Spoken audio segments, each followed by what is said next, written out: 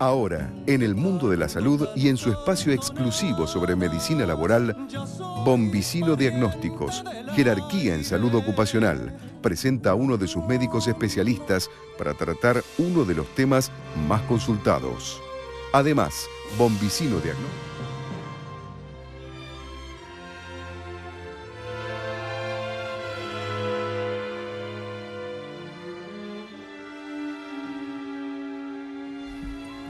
Muy bien, estamos aquí con el doctor Eduardo Huertas, médico laboral, perteneciente al equipo de Bombicino Diagnósticos, para hablar de un tema muy, pero muy importante y totalmente relevante, que es la hipertensión arterial y desde el trabajo.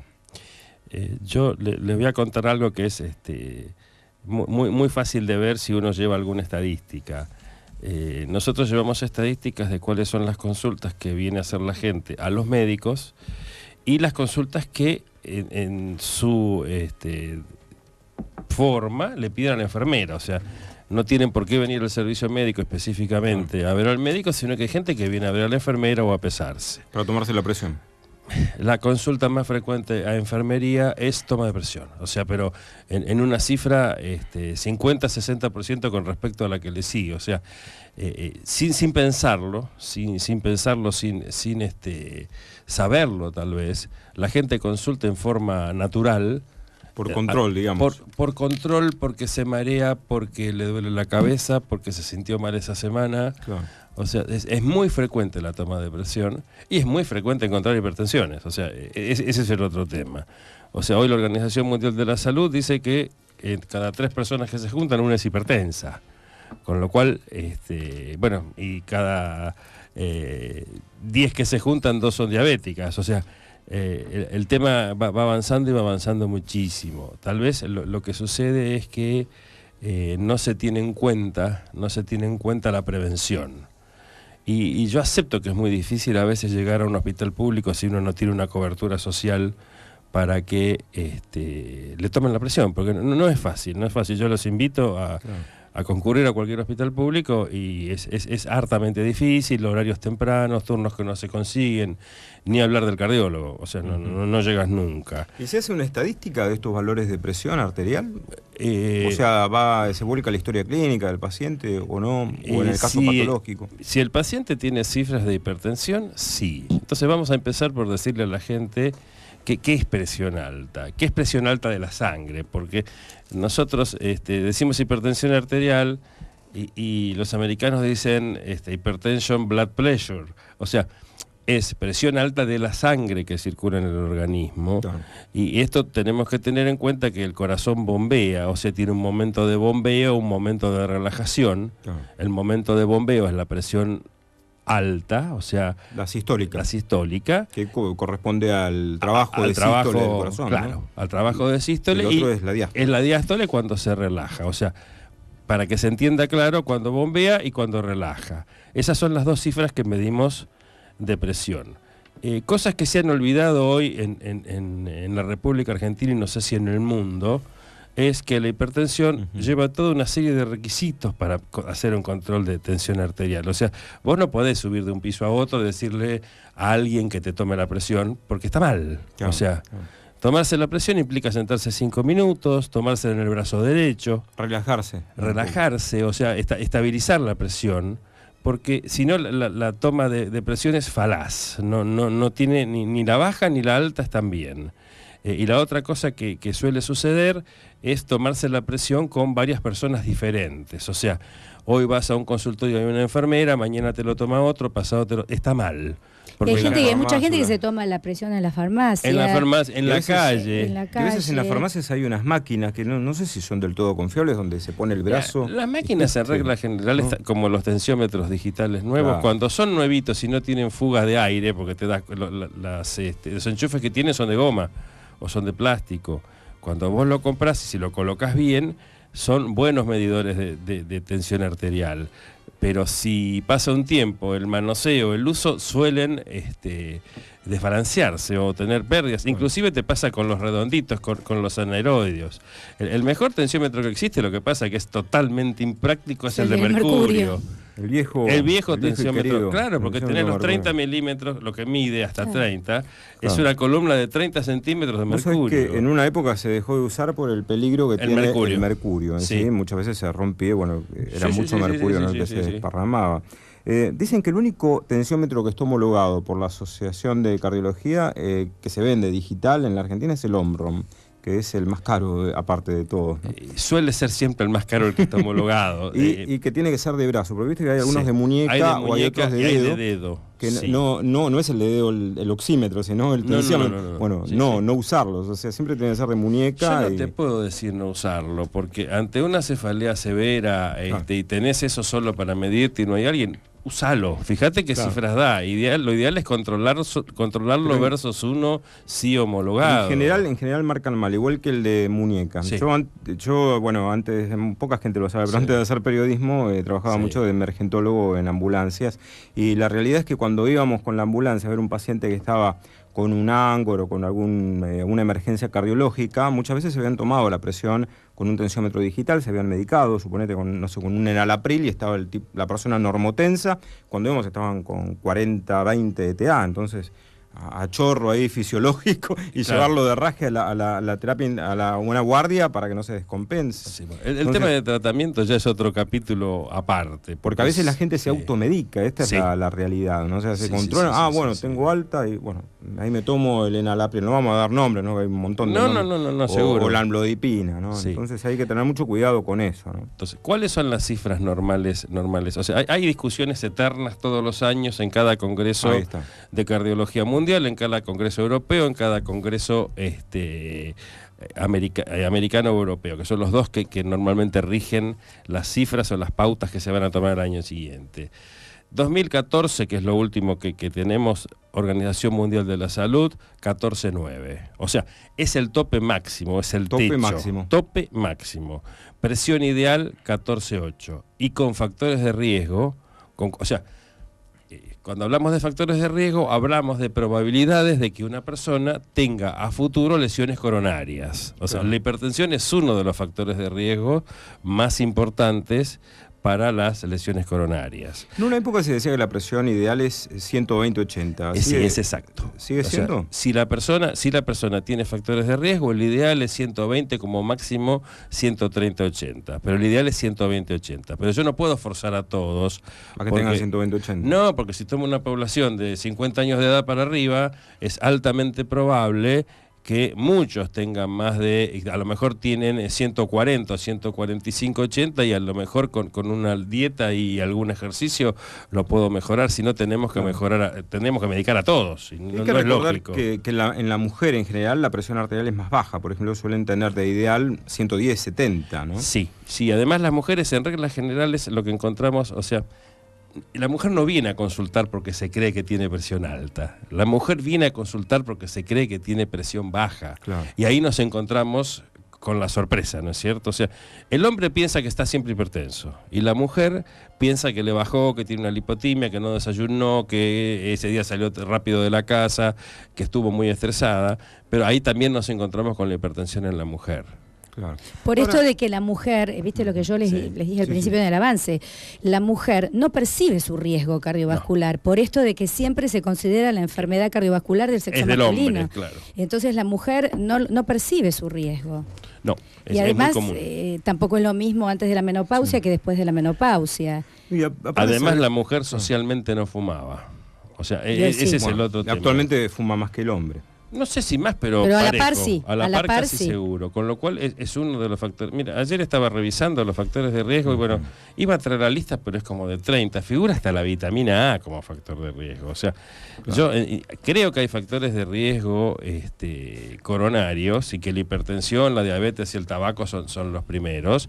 La obesidad, el sedentarismo y el estrés seguirían atrás. Pero después de ellos han agregado una lista de cosas que no podés vivir. Claro. Ahora, doctor, una pregunta. Hay un valor que dice, bueno, esto ya es hipertensión patológica y hay que hacer algo, que son 160 de sistólica, 100 de diastólica. ¿Qué pasa cuando una persona tiene más de 160-100? ¿Qué debe hacer? Cuando estás con más de 160-100, en realidad tenés un grado 2 de hipertensión ya. no estás en un grado 1. Un grado 1... Ya no pasamos de la raya. Ya te pasaste. La raya era 14,9, 140-90. Es la hipertensión moderada. Entre 140 y 160 vos tenés un grado 1. Con acompañamiento de los 90 también para arriba. ¿Qué hacemos? Yo soy cajero del banco, discutí con un empleado y tengo 160-100. Le digo, doctor Huertas, ¿qué hago? Venís al consultorio, lo más probable es que te haga acostar un ratito en la camilla, te controle la presión a la media hora. Si estás asintomático, o sea, ahí viene el tema fundamental. Hace unos años yo te encontraba con una hipertensión, no sé si 160, pero 170, 110 y probablemente te internaba. Yo o cualquier clínico o cualquier cardiólogo que te viera. Hoy solamente se interna a los pacientes que tienen cifras mucho más elevadas o que están sintomáticos. O sea, si yo te descubro hipertensión porque vos viniste porque estás nervioso, en realidad es un descubrimiento, con lo cual te voy a acostar, vamos a ver qué pasa en 20 minutos, media hora. Si eso no baja, te voy a medicar con el Alapril, que es la indicación. Claro. En reglas generales, salvo que seas un hipertenso lábil, que seas muy nervioso y vueles, ahí empezaría con un beta bloqueante, pero si no, empezaría con Enalapril. 5 miligramos. Sí. Y esperás a ver qué pasa. Y esperás a ver qué pasa. ¿Y si no baja? Y bueno, ahí viene el problema. Llamamos a la ambulancia. Desde ya. Y esto nos pasó la semana pasada con un paciente, 160-100, me duele la cabeza, acostadito, 5 de Enalapril, a la media hora 5 de Enalapril, 160, 110. O bajo. No, y a la media hora siguiente 180, 100. ¿Viste? O sea, hay mucho que tiene que ver con pero qué te pasó los Eduardo, minutos antes. Ese paciente que a lo mejor fue el pico hipertensivo lo hizo producto, como dice Miguel, de un estrés. Sí. No es lo mismo si previamente era sano o ya venía con una patología y no la tenía diagnosticada, porque ante situaciones de estrés también tenés mucho los registros de tensión arterial sistólica aislada, con una diastólica normal. Les cuento algo. Este señor en su familia, papá, mamá hipertensos, claro, y los 3 hermanos hipertensos. O sea, hay una historia. O sea, hay familias que hay gente que se ríe y se va a reír por lo es hipertensa hasta la tortuga, perdónenme. O sea, son todos hipertensos. No, entonces, familia, es de familia, y lo que hay es una gran negación. Y les cuento que no es en la Argentina solamente. En el gran país del norte, los americanos, el 50% de los hipertensos no están medicados. Y la gran discusión que tenés con la gente, porque es una discusión, a mí no me dé la pastilla. Entonces, vos decís, bueno, está bien, vas a hacer dieta, vas a comer sin sal, vas a caminar más. No, pero yo pastillas no quiero. Déjeme que yo voy a ver, y al mes siguiente te vuelvo igual, a la semana te vuelvo igual. Entonces, yo ya no entro en discusión. Yo lo que les explico ahora son las complicaciones de la hipertensión. Hoy te puedo decir, no yo, sino basado en la bibliografía que existe a nivel mundial, que no solamente los problemas son el infarto agudo de miocardio cuando cerrás una coronaria, sino las trombosis y las hemorragias cerebrales, los accidentes cerebrovasculares, los strokes, las cifras europeas. El ACV, ¿no? También puede venir de la insuficiencia renal. Una subida de presión. El 80 al 90% de las causas de ACV están en hipertensión. Claro. O sea, no hay discusión. Ya que estamos acá con la doctora Claudia Rey, que es médica y especialista en ginecología y obstetricia, me gustaría saber qué pasa con la mujer embarazada cuando tiene hipertensión arterial, a grandes rasgos, ¿no? Bueno, es una patología muy seria del embarazo. ¿Qué riesgo? ¿Corre riesgo el bebé? Sí, corre riesgo el bebé. Es decir, es una situación que nosotros llamamos la eclampsia, donde normalmente, si toda mujer es controlada como corresponde desde el primer día del embarazo, a partir de más o menos de las 20 semanas de gestación, hay mujeres que empiezan con controles de cifras de tensión arterial aumentada, y esto cuando se diagnostica tiene que ser acompañado de otros estudios, por ejemplo, medir las proteínas en orina, lo que se llama la proteinuria. Son pacientes que tienen clínica porque tienen mucha retención de líquidos que se acumula en los miembros inferiores, o sea, son pacientes que vienen muy edematizadas, donde el médico de cabecera, el obstetra, que está totalmente capacitado para realmente controlar esto, porque es una de las patologías que complica el embarazo, más allá de que trabaje en equipo, con lo que se llama los equipos de alto riesgo de obstetricia. Claro. El obstetra está totalmente capacitado para poder manejar esta situación, controlarla y medicarla, además de la interconsulta. Claro. Pero bueno, vos me preguntás el riesgo en el embarazo, sí, porque de repente si esto tratamiento no es controlado o pacientes que no cumplen con el tratamiento, se puede llegar a lo que se llama el desprendimiento de placenta, el desprendimiento prematuro de placenta no inserta y poner en riesgo la vida del embarazo. ¿Y en algún estadio de la gestación se puede medicar a la mujer embarazada como se hace con una persona no embarazada con el enalapril, como decía el doctor Huerta? No, el enalapril no se usa, hay medicación específica. Lo primero... ¿Un diurético como furosemida o alguna Los otra diuréticos cosa? tampoco están permitidos en el embarazo. ¿Con qué se medica una mujer embarazada? Con metildopa. Con metildopa. O sea que siempre requiere la atención de una especialista. Por supuesto que todos saben que en el embarazo hay muchos medicamentos que no están permitidos. Todos, casi todos, menos el paracetamol. Pero por supuesto la embarazada hipertensa la tenés que medicar con algo. Más allá que lo primero que hay que priorizar, como enfatizó recién Eduardo, la paciente que no quiere tomar la pastillita y en la embarazada la idea es evitarla, son las medidas, los hábitos higiénico-dietéticos. Importante. Claro, normalmente la embarazada, muchas de las embarazadas que hacen esta patología son mujeres que aumentaron mucho de peso. Entonces la idea es llevar un buen control del peso, hacer una dieta equilibrada, si bien no se puede hacer una dieta en el embarazo, pero hacerlo lo más equilibrado posible, restringir la dieta de sal. Yo después en mi bloque traje unos extractos de unos artículos importantes. ¿Es una dieta hiposódica estricta o no tan estricta? Sí, estricta. Doctor Huertas, me imagino, hay muchas mujeres embarazadas que trabajan. ¿Te habrá tocado atender mujeres embarazadas con hipertensión? Normalmente la embarazada con hipertensión está de licencia. O sea, el obstetra normalmente no solamente está de licencia, sino que a veces el cuadro es tan grave que se pasa los 2 últimos meses de su embarazo internada. Es que es otra de las indicaciones, reposo absoluto. Reposo absoluto. Y además, cuando vos subiste más de 20 kilos, que es lo que nos ha pasado con las que vemos en el embarazo, es muy difícil que la hagas bajar. No le vas a sacar la causa, o sea, le podrás restringir la sal, pero esta gente primero es de manejo, prima el manejo del obstetra, o sea... Absolutamente. No, el manejo no es del clínico ni del cardiólogo, podrá ir a una consulta, pero esta gente está normalmente en reposo, no trabaja. Muy bien. Doctor Huertas, tu consejo para todos los hipertensos que nos están escuchando. Lo primero que le diría a la gente es que se tome la presión en condiciones normales y varias veces al año. O sea, si tiene cifras normales no hay problema. Si tiene antecedentes en la familia, bueno, yo tomaría presión cada 2 meses o 3 meses, tranquilo. Y que no tengan miedo de tomar la medicación, porque los efectos adversos que generan las medicaciones para este tipo de patología no son ni infarto, ni ACV, ni insuficiencia renal, ni pérdida de la vista. ¿Qué es lo que te provoca la hipertensión? O sea, no hay efecto adverso de ninguna pastilla que te genere esto, ¿sí? Perfecto. Muy bien. Ha sido el doctor Eduardo Huertas, médico especialista en medicina del trabajo, matrícula nacional 59.886. Bueno, estamos de vuelta aquí para las conclusiones de este importante tema que es la hipertensión arterial, con el excelente tratamiento que le están dando la doctora Claudia Rey y el doctor Eduardo Huertas. Bueno, ¿qué podemos decir, Claudia?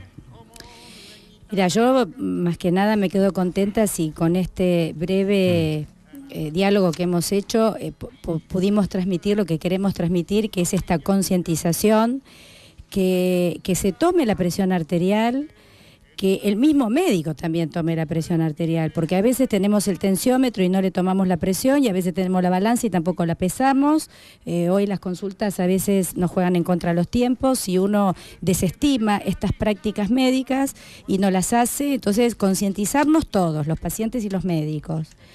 Y aquellos pacientes que tienen hipertensión y suman factores de riesgo, realmente seguir las indicaciones médicas, apuntar a las medidas higiénicos dietéticas, que son las más difíciles de cumplir. Para el paciente es mucho más fácil tomar la pastilla que tratar de bajar de peso realmente, seguir una dieta saludable, bajar el consumo de sal, bajar el consumo o no fumar. Hacer actividad física, fomentar la actividad física y combatir el sedentarismo, tratar de bajar todos los factores de riesgo de la enfermedad cardiovascular, que es la primera causa de muerte a nivel mundial, y hay muchísima gente que lo desconoce a pesar de todo lo que se publica, todo lo que se habla en los medios.